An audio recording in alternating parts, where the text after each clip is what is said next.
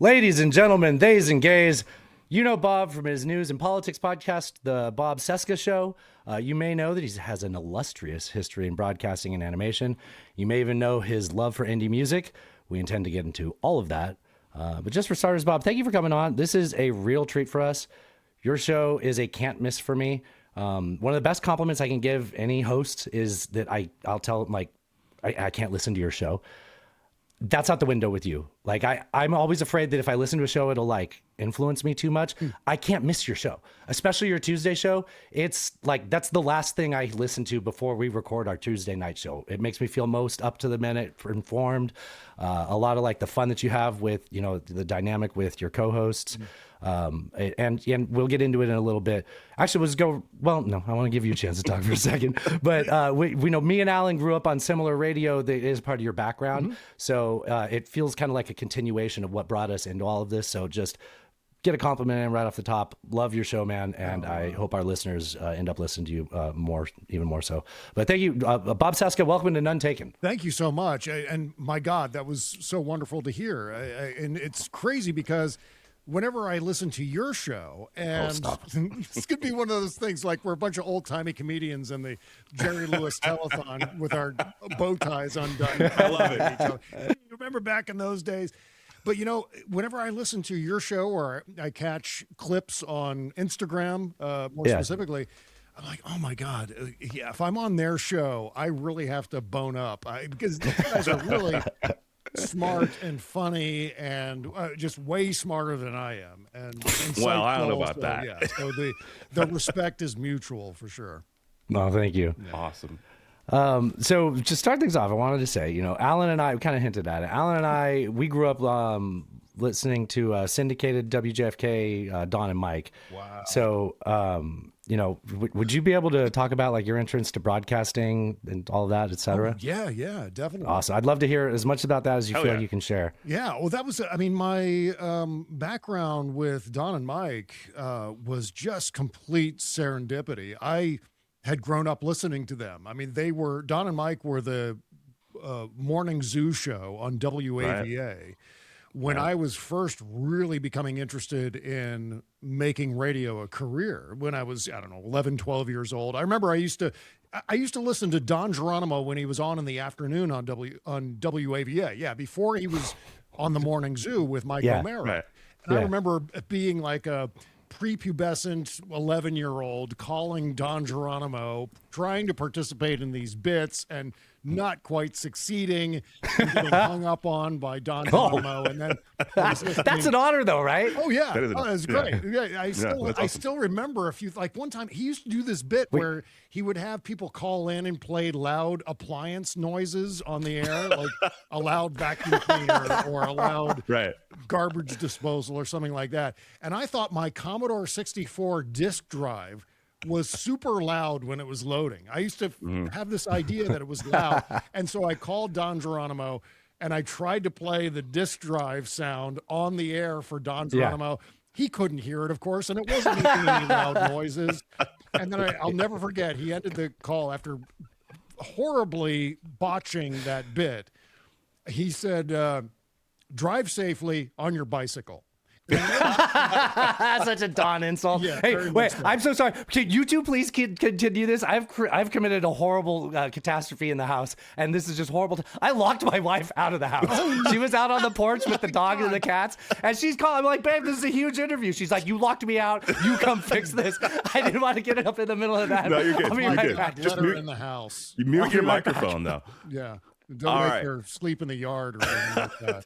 Jeez, locking his wife out of the house. Wow, that's good stuff. You know, we've had the luck to have Buzz Burbank on the show a few times, and I'm so jealous that you got to work with him for so long.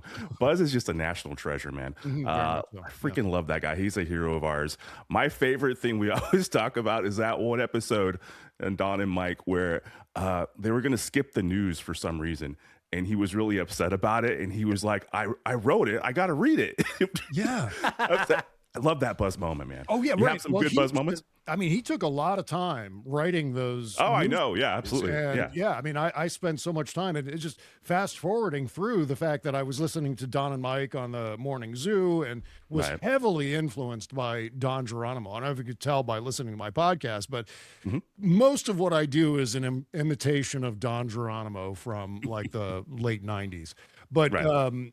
so I was doing college radio in Pennsylvania, and I think I did a semester of it. I hadn't done a whole lot of college radio, and I learned that that Don and Mike were hiring interns, and Mhm. so I applied for an internship, and almost right away got a response from Diana Silman, who was the executive producer at the time, and went down. I was in Pennsylvania, so I went down to Fairfax and interviewed with Diana, and she hired me on the spot, and I was Wow.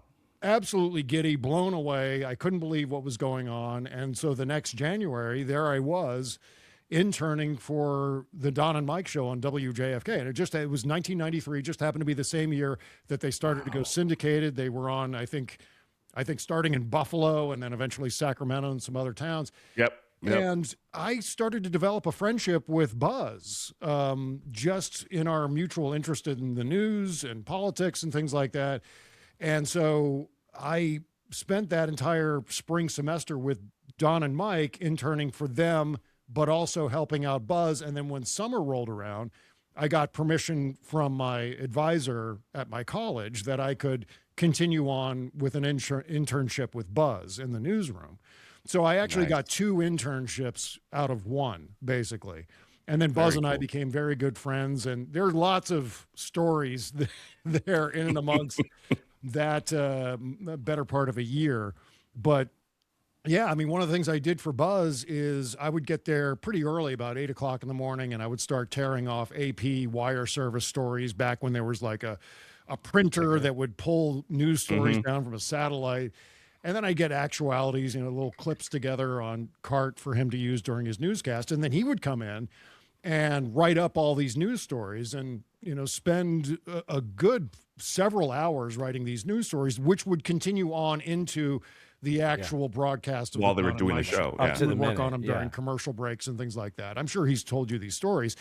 But then when it came around to the time that he would do the news, it was always a tug of war between Buzz wanting to get the news stories out that he had labored on and spent so much time writing, and Right. Don wanting to interrupt. And, that was kind of their whole Do a thing phone with the scam. news is Don interrupting Buzz whenever he was trying to deliver a news. Which was there was entertainment in that as a listener, but oh god, it was so cringy. Yeah. And it was a very different time for Yeah. broadcast radio, especially in the early 90s when I was with them. There was a lot. It was, the heyday of shock jock radio. All the way up to Janet Jackson, basically, right? Oh, yeah, Like, yeah. was that- Janet Jackson changed everything. And it's crazy to put it that way because And we should say Justin Timberlake. yeah, it was Justin Like, Timberlake. I was just going to say that. yeah. It wasn't Janet Jackson. It was no fault of her own. It was Justin Timberlake. And quite honestly, what was the big goddamn deal? Yep. It was Such an overreaction. Yep. Yeah. You didn't even get to see any dirty dark skin. There was a pasty there. But it's crazy yeah. how that changed things, Yep. not Yeah. just in television, but it changed things in radio too. It Right. affected everything. Feels like it across the affected board. radio more Yeah, than television. Yeah. Which is I kind mean, of there were congressional hearings about that, where Right. I think Jesus Mel Christ. Karmazin had to go in and actually testify before Congress. Mel Yeah. Karmazin. Yeah, I remember oh this. my I remember God. this. Yeah, the man in the pinstripe suit. That's how we used to have to refer to him on the air on the Don and Mike show. We couldn't say him by name. Couldn't say We had his to name. oh yeah, the man in the pinstripe suit. And for having trouble saying that today for some reason. fine. The man in the pinstripe suit is here today. That makes me think of the man in the white pajamas, which makes me think, I don't know if it should or not, it makes me think of Liddy. And I know you got a Liddy story.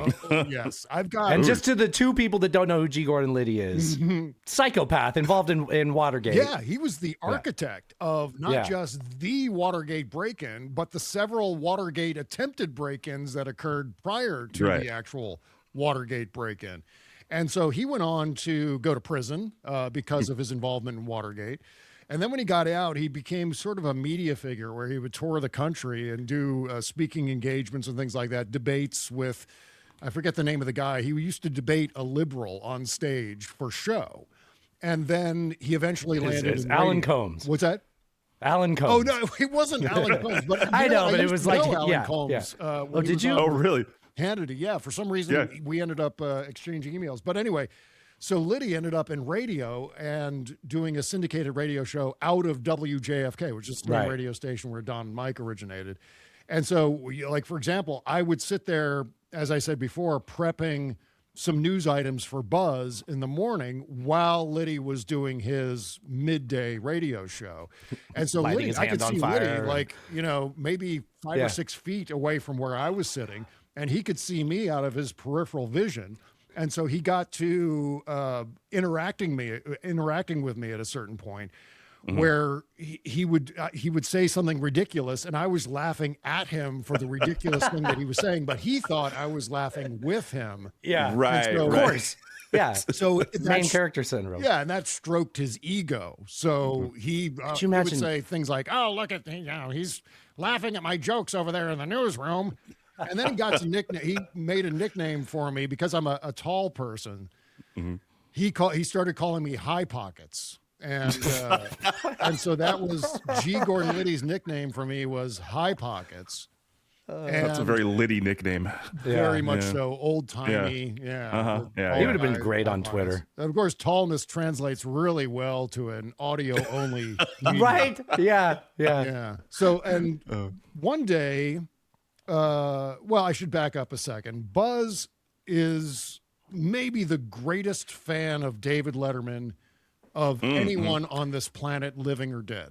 I feel like I would love Letterman almost as much as I do today if it weren't for Buzz. But like Buzz and what Don and Mike like, and then also Norm in the same sense, right? Sorry, I'm getting too many ADHD here. Please go on. Yeah, right. No, I know exactly what you're talking about, and so on Buzz's newsroom wall, he had a framed autograph photo, like an 8x10 black and white photo of David Letterman. So one day, just out of nowhere, there was no complaints or kind of warning ahead of time that there was going to be an issue with this. But during a commercial break on the Liddy Show, he comes walking into the newsroom, and I'm sitting there by myself. I'm just an unpaid intern. I'm 21 years old. And he says to me, "High Pockets, you need to take the picture off the wall of that smirking idiot." He was saying that basically that the picture was distracting him while he was doing his show. And it was out of his peripheral vision, like over there. A small black and white photo, 8x10, yeah. So I always thought it had little to do with the actual photo on the wall and more to do with Gordon Liddy just hating Don and Mike, and by extension, Buzz as well. Very difficult. It's very difficult for anyone to hate Buzz. Just to make that clear. Yeah, except for Don. So this was Liddy trying to antagonize, to be an irritant to Don and Mike, I think. I could see him doing that. Somehow in my youthful hubris, I said, "Well, Mr. Liddy, it's not my photo to take down. You're going to have to talk to Don, Mike, or Buzz." And then Liddy made this noise. There was a beat where he kind of was staring at me like, "Who is this punk telling me no?" But instead of saying, "Who are you to tell me no? I'm Gordon Liddy. I'm the Watergate architect. I wrote a book. I'm the host of a nationally..." Anyway, instead of saying any of that, he just goes, and then at least he didn't threaten to kill you with a pencil or whatever. Right. Be laying on the desk. I was terrified of him from that moment forward because it escalated, Alan. It got so much worse because you're probably familiar with Rob Spiewak, who still does the Mike O'Mara show with Mike. Yeah. Love it. We have an honor to him with one of our listeners makes an audio vault for us. We do that's great. Yeah. Well, Rob is really talented, and he was he had done his internship several semesters before I had done mine. So he was still hanging out with Don and Mike and coming in whenever he was off from college. And so he came in that day, and I told him about what was going on. And so he and I decided to take that Letterman photo out of the frame and photocopy dozens and dozens of versions of that Letterman photo at different sizes. We blew it up, almost a life-size Letterman head, and then a bunch of teeny tiny ones and medium-sized ones. And we proceeded to plaster those Xerox copies of Letterman's head all around the radio station. I'm sure to this day, I don't know, I think it's like a medical office or something now. There's some stuff, but I'm sure they're still digging them up somewhere 30 years later, still finding them. Dude, you were at radio at like the last great time to be in radio. Oh, I know. And it's not lost on me. Radio was still vibrant in those days. Obviously, radio shows were, the syndication thing was starting to eat into local radio, of course. So it was kind of the beginning of the end, but it was still in its heyday. But I wanted to add, we took little tiny versions, little Xerox tiny versions of Letterman's head and put them on the leaves of the ficus tree in the lobby. And then my favorite one, and this is the ultimate punchline of the story, my favorite one is we took a life-size head of Letterman, cut it in half down the middle, and taped up each half on each side of the elevator door. So that when he got on the elevator that day to go down to his car, the elevator closed and the two halves of the Letterman head came together in the middle, staring him right in his bald face. And his Letterman doing that smile, right? With his curly hair, like old. I still have the Letterman photo behind me on the wall. I don't know if I see that's it, awesome. Right next to the Bush logo up there. Oh, that's so funny. That's amazing. That's great. That's a great story. Yeah, Buzz gave me that photo. Maybe he gave you the one from the incident. Yeah, it's the awesome. actual photo that we cool. Xerox copied and pasted up That's all cool. over the radio station. I don't know how smooth of a transition this is. I think I'd rather keep it in the topic of radio. Yeah. I know because you've hinted at it a few times on your show. Maybe you've talked about more specifically. Alan doesn't know this whole deal. Can you talk about how you and Alex Jones have crossed paths in existence? I know you haven't directly, but like you being who you know what? I'll let you tell the story. Oh, well, I've never actually met Alex Jones, though I was the subject of an entire segment on his show. Wow. You really are sick, Bob. Oh, yeah. Oh, yes. That's where he calls me sick. I love that. Yeah. And he calls my participation at Salon, I think he called it the White House repeater station, White House propaganda repeater station. That's what it. Wow. Okay. Yeah. Well, you have a nickname for his entertainment complex too. So. Oh yeah. Well, so he ranted, I don't know, for a whole segment about something I wrote in Salon about. I think it was at the point in time in which there was, I think it was James O'Keefe or someone close to James O'Keefe had done one of those hidden video. The Project Veritas abortion thing, exactly. maybe? One of those sting videos that Yeah. were always selectively edited to make it seem like people were saying things that they weren't actually saying. And this time it was, they were alleging, James O'Keefe was alleging that Planned Parenthood was selling fetus parts on the black market for profit. Yep. Which turned out to obviously not be the case. But I wrote a piece in Salon about that, and that's what Alex Jones was freaking about on his show. And then I just started doing an impression of Alex Jones. You do a killer impression. Every man thinks they can do an Alex Jones impression. Yours is incredible. Oh, well, thank you. Yes. Yeah. And it's crazy because he sounds like he's just got a throat full of polyps. And I don't know how he's managing as a broadcaster to continue on. But I can do that voice just without coughing, or I don't know what it is about my voice that I can do that voice without it bothering my throat. But I just run through the whole thing about, I was listening one day and he was talking about there was a super tornado, like one of those tornadoes where a bunch of tornadoes combine into one tornado. And it was moving towards some Oklahoma town or somewhere in the Midwest.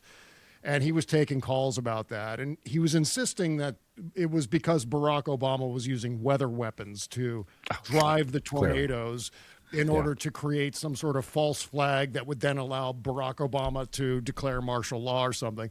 And so I remember he was talking to a caller and he was asking the caller, So did you see any tiny helicopters or airplanes hovering around the tornado, moving the tornado closer to the town so this way Barack Obama can declare martial law and start grabbing up all our guns?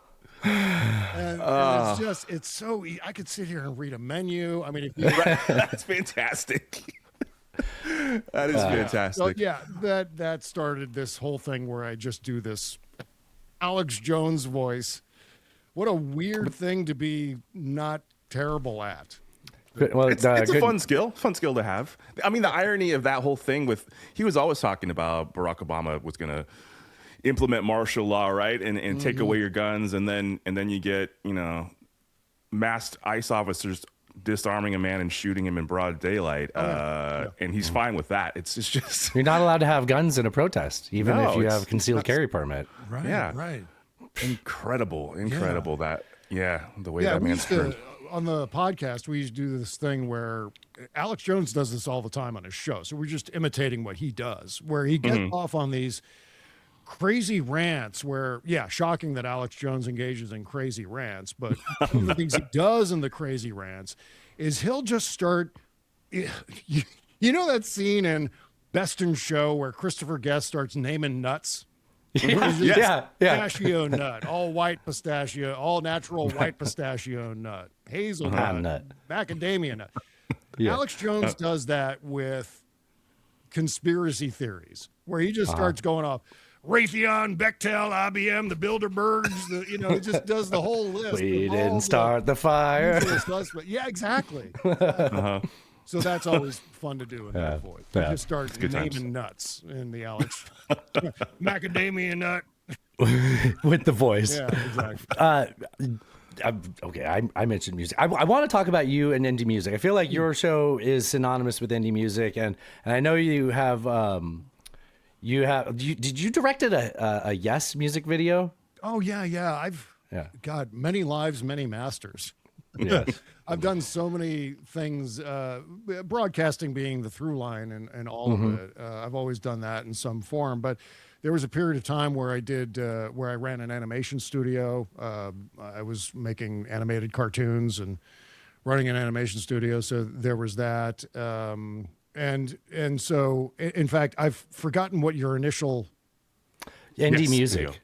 Oh, music videos. Well, Yeah. So indie music videos. Because Right. eventually I want to start talking about Rush with you. Oh, but yes, of course. let's get into it. Yeah, I mean, because I was doing animated cartoons, I did a cartoon called Napster Bad in May of 2000, where I was making fun of Metallica's lawsuit against Napster. Okay. Yeah, Okay. and so that got me noticed in the music community. And so right out of the gate, I think maybe a week after that cartoon came out, I got a call from the manager of Motley Crue, and I got hired to do a music video for Motley Crue, and then I did a few for Iron Maiden, and just a bunch of different music videos. And the same manager who managed Motley Crue also managed Yes, and I happen to be a huge prog rock fan, and so that was.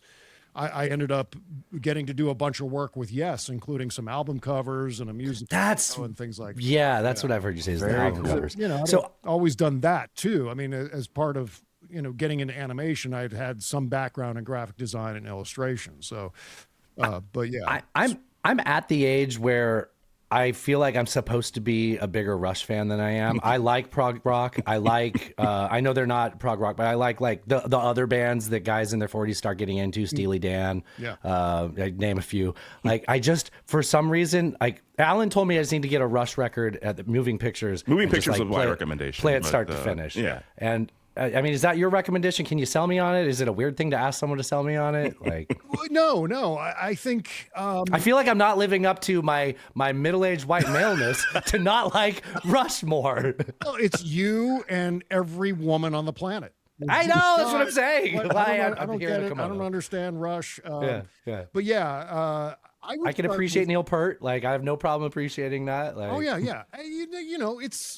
It's an acquired taste with Rush because there are different eras of Rush depending on what you're into. Their 70s material is a little heavier, a little bit closer to 70s era metal or progressive metal, where Geddy's voice is a lot higher and more influenced by Robert Plant, for example. You get into the 80s and it's a lot more influenced by Ultravox and the Police and some of the pop music that was out in those days. And so it's much more it's much more saturated with synths and keyboards and things like that.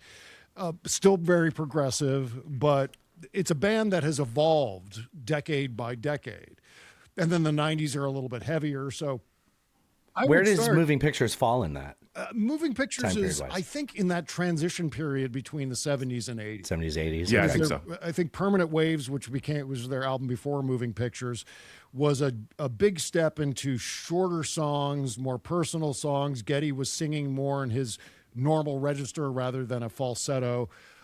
So they were evolving. And one of the things I love so much about Rush is that evolution, the real illustration of what it means to be progressive rock is to progress, is to challenge yourself, is to not, right. No album by Rush sounds like the previous album that they've released. Okay.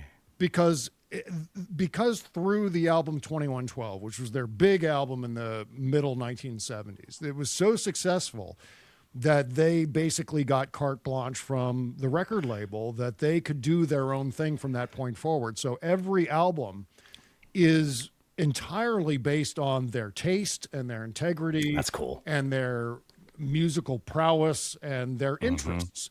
That's what success sounds like, being able to do something like that. Yeah. And they're creating standalone pieces of art. Yes. Exactly right. So, I mean, it's an unusual sound. I mean, Rush is its own thing. I wouldn't even begin to try to categorize it other than the broader umbrella of progressive music. But beyond that, it's singular. It's unique in and of itself. So But we're about to pivot into a little bit more heavy topics, so I'm okay with what I'm about to attempt completely being air brakes because we've got a good pivot right after it. Are you familiar with the Velvet Revolution in the Czech Republic and the band, the Plastic People of the Universe, that was influenced by Frank Zappa, and it had to do with like the Prague Spring and all that? Are all those facts sort of in your head? But like, well, the first part, I'm trying to make a joke where prog rock comes out of this, and I don't know how to do it. Yeah, it's just a pun, but it's way too smart of a pun, and I don't know how. Yeah, okay. Yeah. Okay. Okay. All right. That went predictably bad. Alan, do you want to take this next one? I was 12 podcasts today. I'm a little slow on the uptake. No, it's nice. Me. It was all that one was on me. So yeah. I was thinking, so I remember when I first encountered Rush, it was like my older skateboarder friends that gave me Rush, and like same friends that gave me like Operation Ivy and Tom Petty and the Heartbreakers, strangely enough. But that's a weird bridge. Yeah, somehow all that went together. It all worked out. All right, so let's go into some more serious stuff here. You may have noticed we're at war with Iran. Well, maybe not. Perhaps not. We are. We still are. We definitely have are. a ceasefire in the sense that Israel and Palestine has a ceasefire. Yeah, right. Which is to say that there is no ceasefire. Yeah, there is. As I say over and over again, a ceasefire suggests a ceasing of the firing, and there has been no ceasing of the firing. So insofar as there's a piece of paper somewhere that has the words ceasefire at the top, right, I guess that means there's a ceasefire, but effectively there is no ceasefire. Right. I think maybe, did any boats make it to the Strait today? I don't know, but definitely not the normal 150 or 200 that were getting through it previously. Maybe they didn't have any millions of dollars on them to pay the Iranians with. You know, they maybe just have to go back and get a shitload of dimes. Yeah, that's a lot of dimes. You got to dump in that funnel. That's a massive funnel. Yeah. You know, here's a tip for them. If they take some Necco wafers and have the right swing, they can you can throw that right into the basket, the toll booth basket, and trick them. Get right past it. I mean, so there is the theory about him, just being the mad genius, right? He's just, Trump being the mad genius. He's always, he's this unstable person that nobody knows what to do with, and that makes him, powerful and strong. I don't buy it, man. I don't buy it. I'm not buying what they're selling us here. Yeah, no. Well, yeah, and there's a list of 10 things that he kind of agreed on. Because look, I mean, so what I've been saying recently on the show is that Trump if you give Trump full credit, he's always been very lucky. And I don't think that's credit. That's just lucky. He's always been very lucky. And he's been able to sort of like, I think of like a running back that has patience and can wait for a hole to develop and run through it, to make a football analogy. Like he finds a way for what he wants to happen to manifest. And he was faced for weeks here with no good decisions. He could be George Bush in Iraq 1 or George Bush in Iraq 2, junior versus senior. You can not go far enough, or you could go too far and get stuck in it. And he didn't like either of those options. So he just did nothing. And then eventually he said, here's 10 days. 10 days from then, he had the same options as before and said, I like it. And then didn't read it. And now he's screaming about how, like they're not supposed to have nukes, but I think they're supposed to have. Israel's not supposed to be fighting in Lebanon, but I don't think he read that.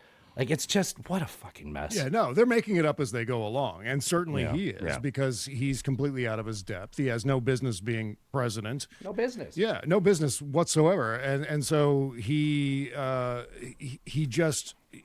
relies on his message discipline, which is maybe his only talent, the ability to repeat the same bullshit over and over and over again, until even some people on the normal side of the aisle start to believe his bullshit. It's an incredible thing. It's one of the most shocking things that I've witnessed as far as the public perception of Donald Trump, that there are so many people who ought to know better who end up buying it because he says it over and over again. So at some point people go, well, I guess, I mean, he keeps saying it, so I guess it's true. I guess we got to let the guy do his thing. Yeah.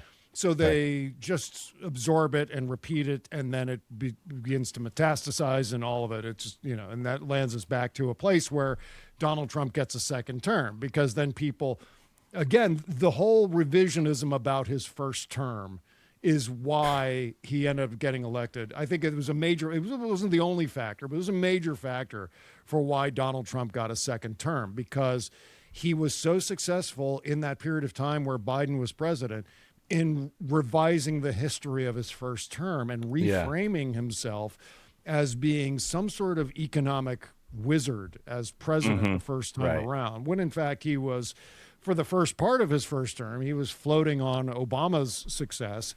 And then the second part of it was a disaster, where in 2019 there was a manufacturing recession. The wheels started to come off the wagon. And then in 2020, obviously with COVID, there was a massive economic downturn as a consequence of that. So his record was entirely fabricated by him, and too many people ended up buying into that. Yeah, well, and so he spun the story after that as, look, if COVID hadn't happened, things were going swimmingly, it would have been great. And the election was stolen from me in 2020, right? And then that whole narrative. And he just said that enough that people believed him, right? Yeah. And then you layer that on top of the fact that we have this, the right keeps thinking that they won. We have an anti-incumbency bias. So when Joe Biden is in office and the left is benefiting from decades of winning over the culture up until, this anti-woke wave, I would say the left largely sort of had been progressively winning over the culture in America. And they were kind of became the establishment to an extent. So when you have this anti-incumbency bias that we've had in the last 8 years or so, when the Dems are in charge and Donald Trump is reframing his narrative, as you just described, that leads to persuading a handful of the independents enough to go over to his side. And here we are with a complete. Well, it's a combination of Donald Trump's message discipline and a compliant news media, which is so fearful. And it's been this way for as long as I've been covering politics, where they are so terrified of being accused of having a bias, and more specifically a liberal bias, that they've overweighted their coverage toward the Republicans. I mean, if you look at any breakdown, whether you go to Media Matters or any other media watchdog, they'll show you the charts and graphs indicating that the Sunday shows, for example, are by and large dominated by conservative guests. There are obviously some Democratic guests, some liberal guests, but mainly we're talking about conservative Republicans on the Sunday shows in order to counterbalance. I mean, even MS Now is populated by a lot of former Republicans, whether it's Joe Scarborough or Nicole Wallace. Nicole Wallace is a great broadcaster, and I really appreciate what she has to say about politics, but she's a former Republican. And Yeah, so, she was a Bush communications guy, right? Oh, yeah, That's yeah. right. She famously was an advisor to Sarah Palin in the 2008 Right. campaign, and just Right. just despised Sarah Palin as a result of that. Right. But needless to say, that's kind of where the media is positioned. And so naturally, when, say, for example, Barack Obama comes into office in 2009 and is tasked with repairing the damage, the catastrophic damage of the Bush administration, he's not afforded the leeway to be able to unravel that entire mess. And so the impatience or the increased or the lopsided scrutiny of a Democratic president versus a Republican president is writ large during especially the first year and first 2 years of the Obama administration, where The first term. he's framed as being sort of a failure. He's not doing the things that the base wanted him to do. And this is all the kinds of reporting that was going on while Barack Obama was accomplishing incredible things, whether there's the Affordable Care Act, rescuing the economy from another Great Depression, saving the auto industry. His whole series of first-year successes were kind of lost because the press was like, well, why hasn't he given us all jetpacks made of beef? And why aren't we all riding unicorns? And then liberals start to see that and they start to internalize that, and then the midterms go very badly for him. Same goes with Joe Biden during his administration. Rather than framing the increase in inflation in 2021, 2022 as being a consequence of the supply chain issues of COVID, instead it was just, well, Joe Biden's done this thing where he's spent too much money and so therefore inflation is on the rise. Why doesn't he fix that? There's no context presented. And so Donald Trump ends up back in office. I mean, even the worst case scenario on that, you can say, yeah, it was the supply chain stuff. It was maybe we overheated by, passing some of these bills that we thought we needed to do to save the economy in certain ways. Yeah. We knew these could be potential side effects. The Fed is raising rates. We have to buckle down and do that. Yeah. And then there was just no ability to even give that message. And honestly, Biden wasn't the best person to send that message either. But that's a separate. Hypothetical Democrat does really well on paper, and then we end up with Joe Biden. And I don't hate Joe Biden. I think he was great. I think he was a good steward of a presidency. Yeah. It would have been nice if we had a different option, Yeah. I mean, I that was one of those things where during the 2020 early days of the 2020 campaign, Kimberly, my girlfriend, and I would sit on the couch watching Joe Biden. We're like, oh, holy shit! Is this going to be the guy who's going to defeat Donald Trump? Jesus. Didn't feel like it, yeah. And I was impressed with Joe Biden. I felt like I underestimated him. Once again, the problem, though, is the Democrats, whether it's Barack Obama or Joe Biden, they're always, at the presidential level, they're always tasked with repairing so much damage that they really have a hard time pursuing their own agenda and getting in front of everything and seizing the initiative and moving things forward. Instead, they're just constantly triaging what came before. And that puts them at a severe disadvantage, just structurally, in terms of 8 years of the Bush-led global war on terror. I mean, Alan, I'm sorry. I know we have other stuff we wanted to get to, but when you think about how bad Richard Nixon was and how much of a scandal anybody who grew up in the post-Nixon era, that's just like a mythological time period prior to my life that I'm like, wow, I can't believe that this fucking happened. Yeah. And America must have learned from that. And what did we get from it? We got 4 years of Jimmy Carter and then 8 years of Reagan Bush. What? What? Right. You impeach a president and you have 4 years of a Democrat and then 8 years of Reagan Bush? It was another example 12, where sorry.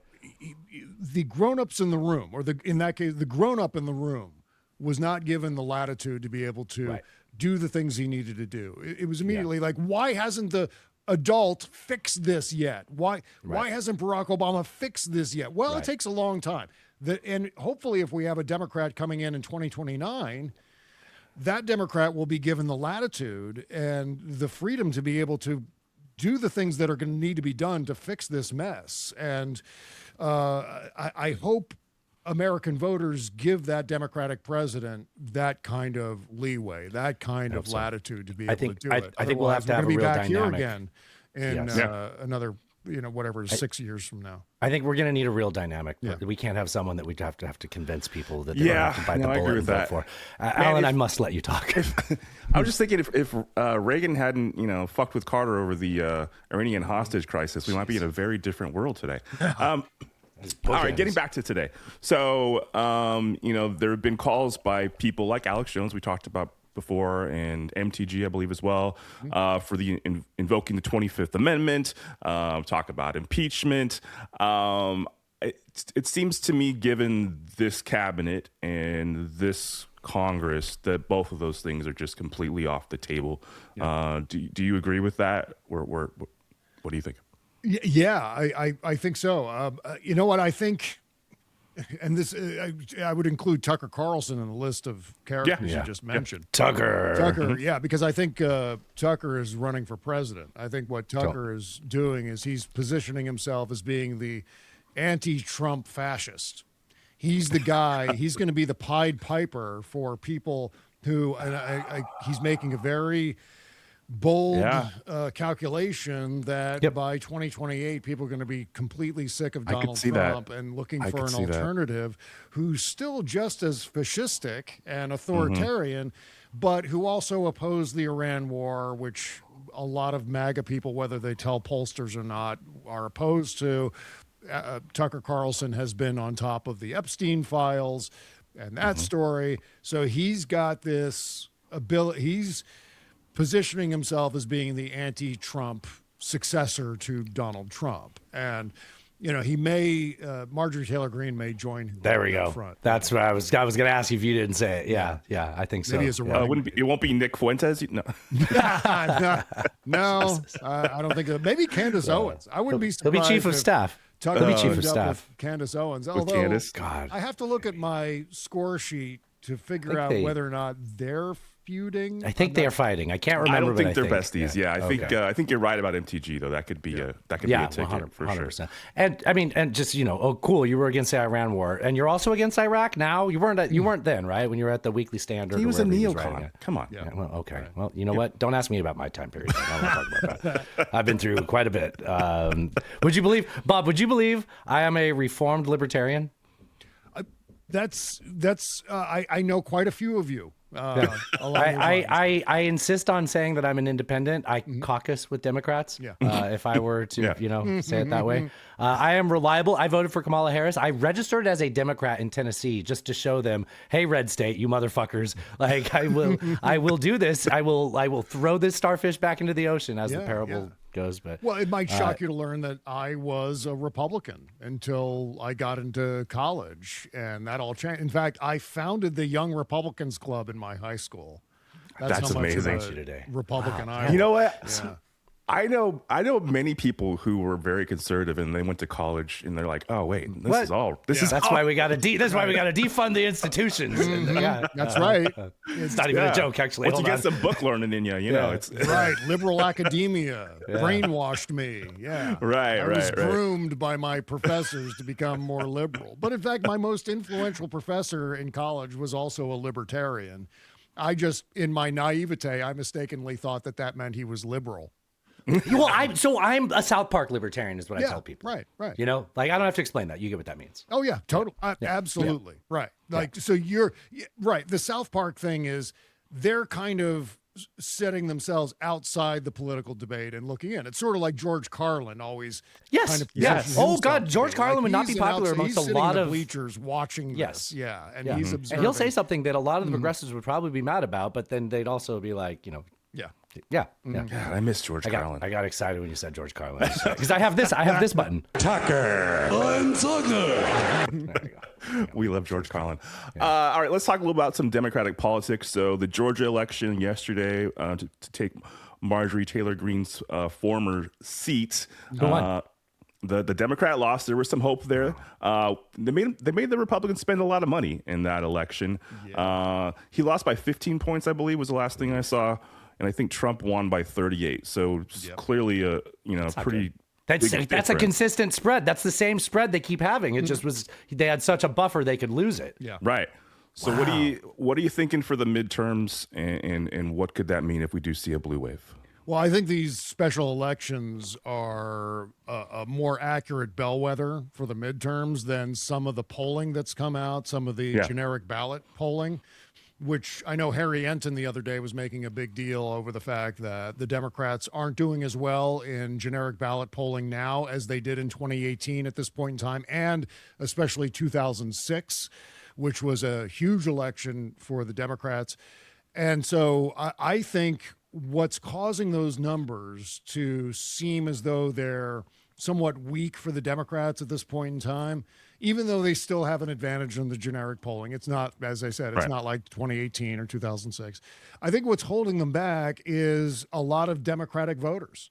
I think Democratic voters are just irritated that congressional Democratic leadership isn't stepping up enough to check Donald Trump's power, even though, yes, we all know there aren't many levers of power that the Democrats in Congress can actually use, because a lot of idiot voters decided to give Donald Trump a Republican Congress. But anyway, so I think that discontented Democratic voter base is what's dragging down the generic polling for the Democrats. I think once we get to November, we're going to see results that are a lot more similar to the special election results. I hope so. Yeah. At least that's my theory. Lately elections in the Donald Trump era have flummoxed my predictive abilities a little bit. That's true. Of course. Yeah. So all over I mean, the so if the Dems do win the House and the Senate both, then kind of all bets are off here. We got potential for all kinds of investigations, all kinds of subpoenas, all kinds of potentially impeachment proceedings, et cetera. Although the likelihood of that passing the Senate are pretty slim. Although if he keeps tweeting stuff like he did last weekend, who knows? Oh, yeah. Well, from a map point of view, the Republicans have to defend more Senate seats than the Democrats do. So at least from that's a pretty good. I'm happy with that starting point, because usually when that happens, it's very difficult for the party that has to defend all the seats, defend more seats, to actually come out on top. It's just something that works against them. It's like home field advantage. It's just and we're in an anti-incumbent time period. Incumbents hold less power than you normally I'm actually would think. predicting that the Democrats are going to take back the Senate too, at least by a couple of seats. I think we're going to see maybe a reverse of where we are right now with the balance of power in that chamber. Okay. But not enough to get to 67% though, huh?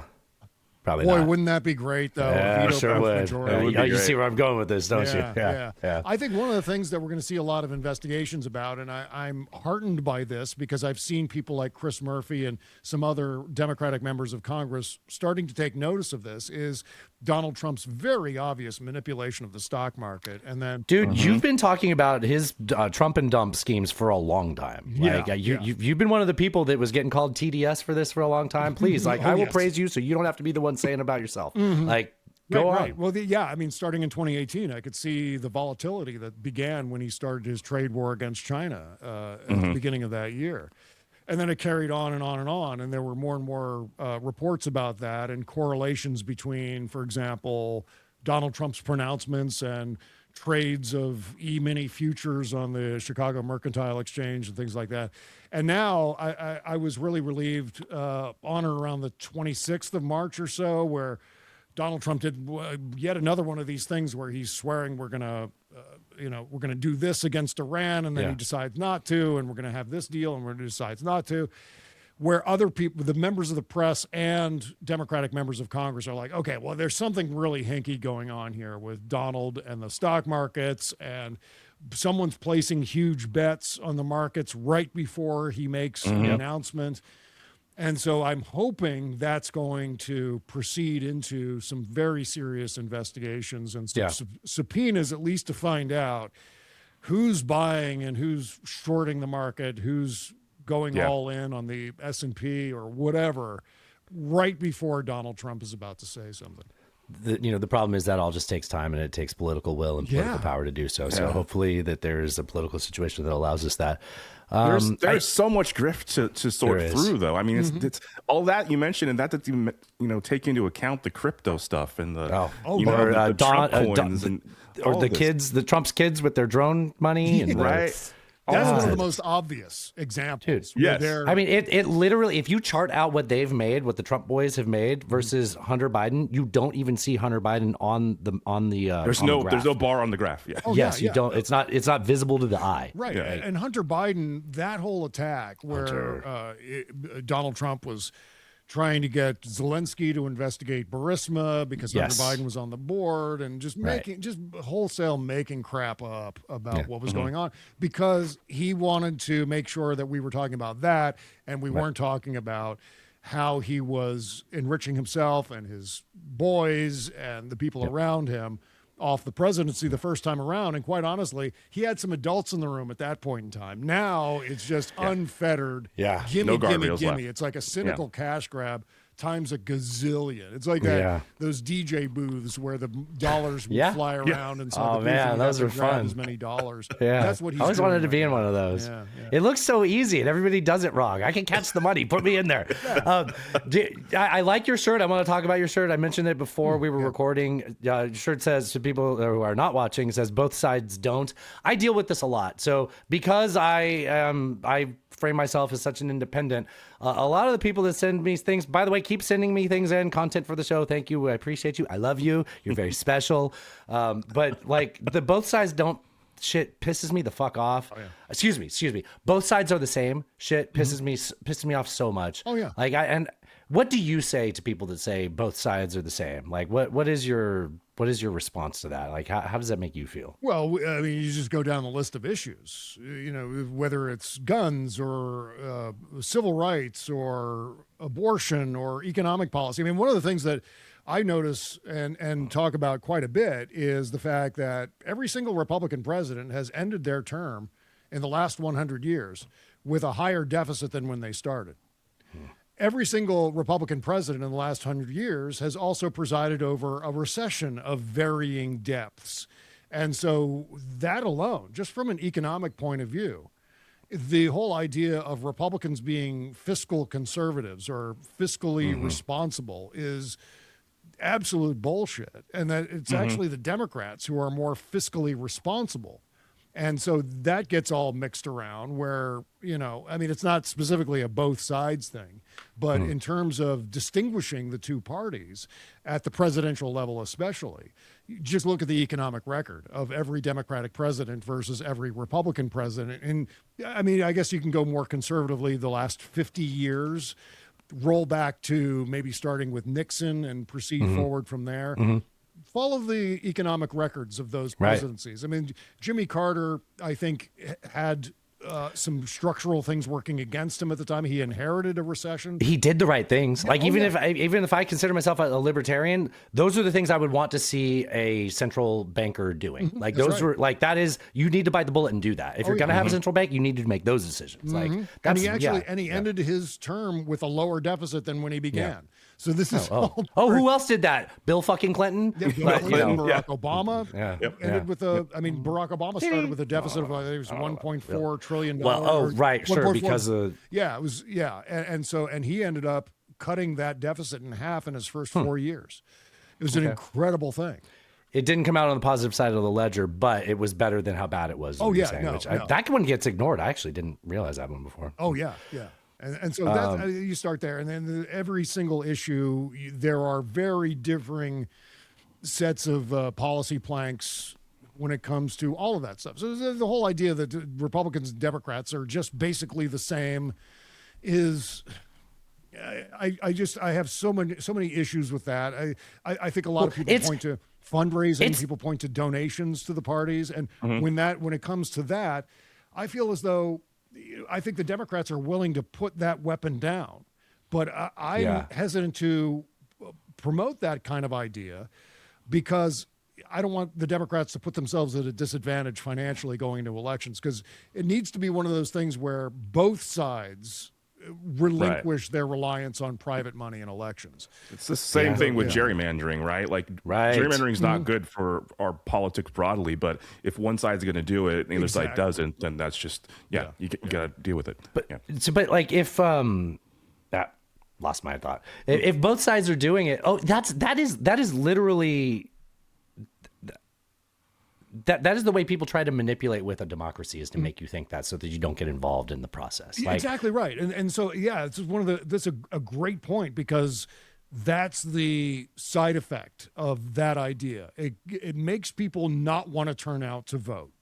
So it's, in a way, it's kind of a soft disenfranchisement of and if you're of the party that wants people to not participate, Republicans, then and you know what? There's Republicans and there's MAGA, right? So like for a long time, it's, I'm fiscally responsible, fiscally conservative, socially progressive, liberal. Yeah. But MAGA is fiscally liberal, socially conservative. Like that's right. I would say fiscally irresponsible. Sure. Yes, sure. Right. Because completely fiscally irresponsible and socially conservative. Right. And like that is taking people a long time to comprehend, but like that is the difference between MAGA and Republicans in a catchphrase. I'm noticing the time. I don't want to take too much of your time. Alan, do you want to pick something else that we get to? We got to talk about space. We can't have Cesca and not talk about space and sci-fi. The one thing that's most upsetting about everything that's happening is the fact that this Artemis thing is sort of like the back burner of the news. Like, people aren't really talking about it, and it's so cool that people got the furthest away from Earth ever. We saw the dark side of the moon, all that stuff. I know you're a space guy. Let's talk about space. Yeah, it's crazy. I'm really into this show right now on Apple TV called For All Mankind. Yes, me too. It is great. What season are you on? I'm on the current season. I've watched. Oh, okay. You're too far ahead of me. But you have gotten to Sally Ride, right? Alan hasn't seen this. Alan hasn't seen what I'm talking about yet. I haven't seen that. That is insane. There are insane things that happen in the show that are so much fun. I almost don't think you can spoil it. It's just like, when it happens, it'll still be fun. Like, I've already spoiled the fact that Margaret Thatcher gets blown up by the IRA, and it's just like a passing comment in it. It's just like, okay, I'm sorry. End of season 2, the thing that happens on the moon at the end of season 2 is mind blowing. I've never seen anything like that in sci-fi or anything. But anyway, I mean, watching the crisis here on Earth, and at the same time watching the success of the Artemis 2 mission, and the goodwill and progressivism and, dare I say, wokeness of that, the whole idea of space exploration and the benevolence of it, the contrast is striking. And I think of season 2 of For All Mankind, when you had the Soyuz mission taking place at the same time as the Soviets and the United States were on the brink of nuclear war. Right. And so it's amazing how sometimes fiction coincides with reality and reminds us of what's going on right now. So that's one of the things I keep thinking about, is the contrast between the ugliness of what's happening on Earth versus the compelling beauty of what's happening in space right now. Yeah, I mean, the astronauts like almost universally say that when you're up there and you look back and you see the Earth, it really hits you that it's, that's our one planet. We should be able to get along. That's our only place in the universe that we know of. And it's just, the contrast is pretty striking. I agree. Oh, yeah. Hey, you do a podcast about Star Trek. Oh, yes. Yeah. Which is... do a couple. Yeah, Mary Trump and I are politicizing Star Trek. Now, we joke about that, but the fact is that Star Trek has always been political, has always contained really hardcore progressive allegory statements about our world. Yeah, Alan has the Star Trek VHS behind him. That's right. Two movies. Is that the VHS of the movies, right? That's the VHS of the 5 movies. or whatever. Yeah. 2 of those movies, once again, are super woke. I mean, saving the whales. The whales, Right? Yeah, the one where Captain Kirk literally saves the whales. Where if you grew up in the 70s or 80s, you knew that liberalism was always synonymous with saving the whales. It was like he also climbs. He also climbs El Cap in that movie. Oh, yeah. Nobody ever talks about that. He's climbing Yosemite. It was the only thing that could satisfy V'ger, you guys. That's why he had to do it. That's right. And also specifically, we did save the whales, you guys. Congratulations! Like whale populations are back. So this is actually... Trump's trying to kill a very specific one. I can't remember the name of it, but I think it's like something rice whale. He's like, nah, we need to mine there. Fuck that particular spot of the ocean. Know that one. Okay. Yeah. Oh, I'm sorry. I'm being a downer. I do want to. Okay. So depending on what time you got, I want to get you in for plugs. I want you to talk about your show. And I mean, you did. What's the name of the show you do with Mary Trump? It's called Trek Politics, which is pretty self-explanatory in terms of what we do.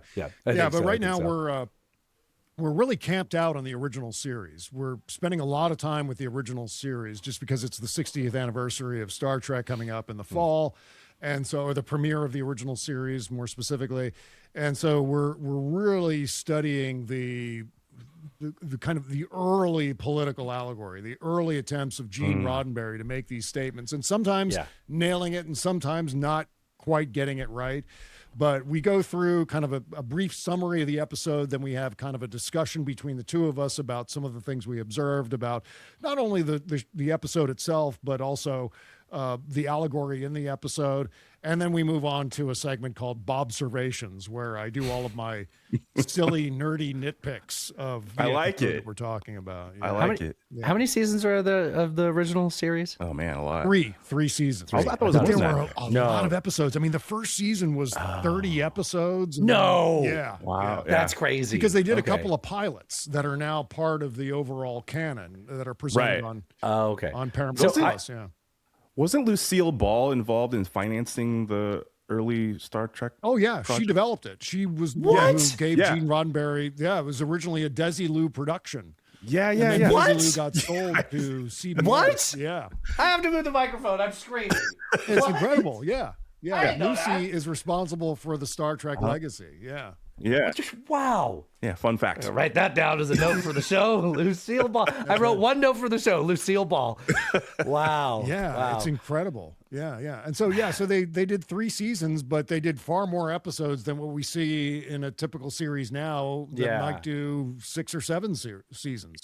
What's your favorite? I feel like I'm biased to the one from when I was a kid, so I love TNG. But I don't know if it's the best one. It's the one I like the most, but I feel like there's been better series since then. Yeah, TNG is my favorite of all the series, although the original series is a very close second because there's something that was fun about how weird the original series was. Lots of weird things, and of course Shatnering it up in every episode, some more than other episodes, but that makes it interesting to me. I really enjoy piecing apart the weirdness of those episodes, Right. Do you like his spoken word record? Do you like that his version of Common People? Have you heard this? Yeah, I've heard some of that stuff. Yeah.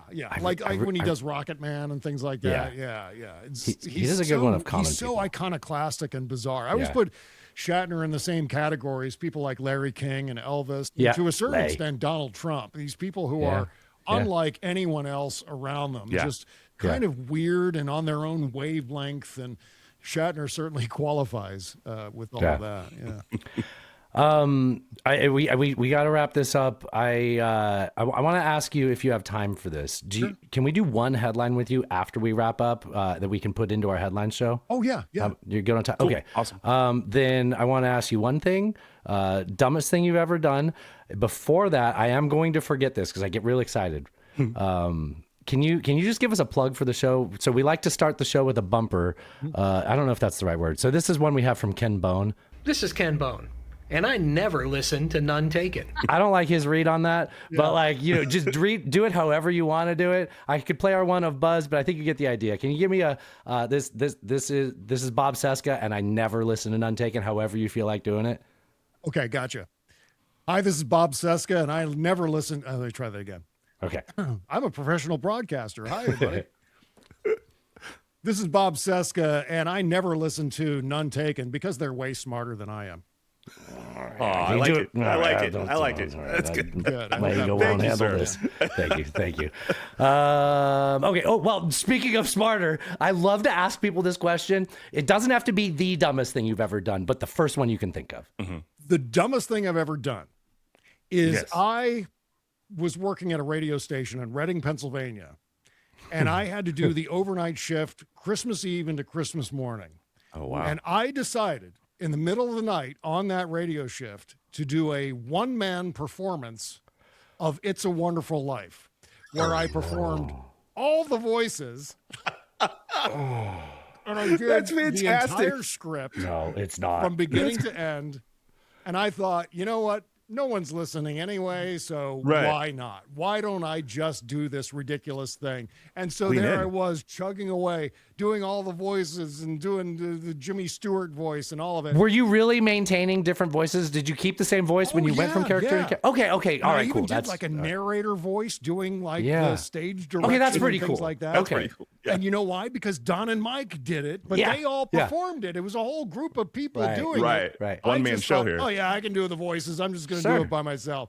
Okay. And I almost got fired over that because the station manager was up late wrapping gifts and went to turn on what was supposed to be wall-to-wall Christmas music. And what they're hearing is 23-year-old Bob doing a one-man performance of It's a Wonderful Life live on the radio. Were you doing Jimmy Stewart as Jimmy Stewart? Oh, yeah. With the short, whoa. Merry Christmas, you wonderful building alone. I mean, all of it. You're worth more dead than alive. Yeah, right. Oh, That's fantastic. Man. That's pretty good. Okay, that's really good. That might be my favorite one of those. Yeah, that was so dumb. It's even talking about it, I'm starting to sweat a little bit. Just recounting the story. And by rights, you know what, guys? I should have been fired. My program director and my station manager were. You wouldn't. That's a good one to get fired for. You'd be like, you know what? Like, imagine telling the same story now and being like, yeah, they fired me. So what? You know? Yeah. I mean, I much would have preferred being fired from radio because I said the F word or something on the air or something awesome like that. But I mean, I don't know if I could brag about getting fired for doing something that stupid. Because you know what the reaction would be? Well, of course you were fired. You know, I'm going to get no sympathy from that. Or I'm not going to get, that was a cool thing you did, Bob, to get fired. Yeah, not like that. Like, I'm sure Don Geronimo has a huge list of awesome things that he did to get fired. Same with Howard Stern has a huge list of things he did to get fired. That's just dumb. Anyone I tell that story to, like, oh yeah, you should have been fired for that, Bob. Still a good story. Can we do plugs proper before we let you go? Sure. Can you? Okay. Tell us about the shows, the socials, where people can find you, all that stuff. Yes, you can follow my day-to-day podcast, The Bob Cesca Show, everywhere you get your podcasts, and at patreon.com/Bob Cesca Show. Plus, Trek Politics with me and Mary Trump. You can find that. That's everywhere you get your podcasts and at trekpolitics.com. That website address takes you directly to Mary Trump's YouTube channel where you can find all the Trek Politics episode. That one happens to be a video podcast, whereas my Bob Cesca Show is normally just audio only. But your socials also? Social media, the Bob Cesca on Instagram, Bob Cesca on Blue Sky, Bob Cesca something on Blue Sky, which I can never remember. It's weird. Yeah. Those are the two main places you can find me is Blue Sky and Instagram for some reason. What strange bedfellows, but that's where I am. Nice. We stopped using Twitter once Elon's arm got weird. Listen to Bob Cesca. Follow Bob Cesca, guys. You'll have a good time. Thank you so much for so much for coming on, man. This has been a great time. This is amazing. Keep doing what you're doing, guys. You guys have an incredible podcast that I am immensely jealous of. So yeah. Thank you so much. Thank you. Appreciate that. Thank you. All right.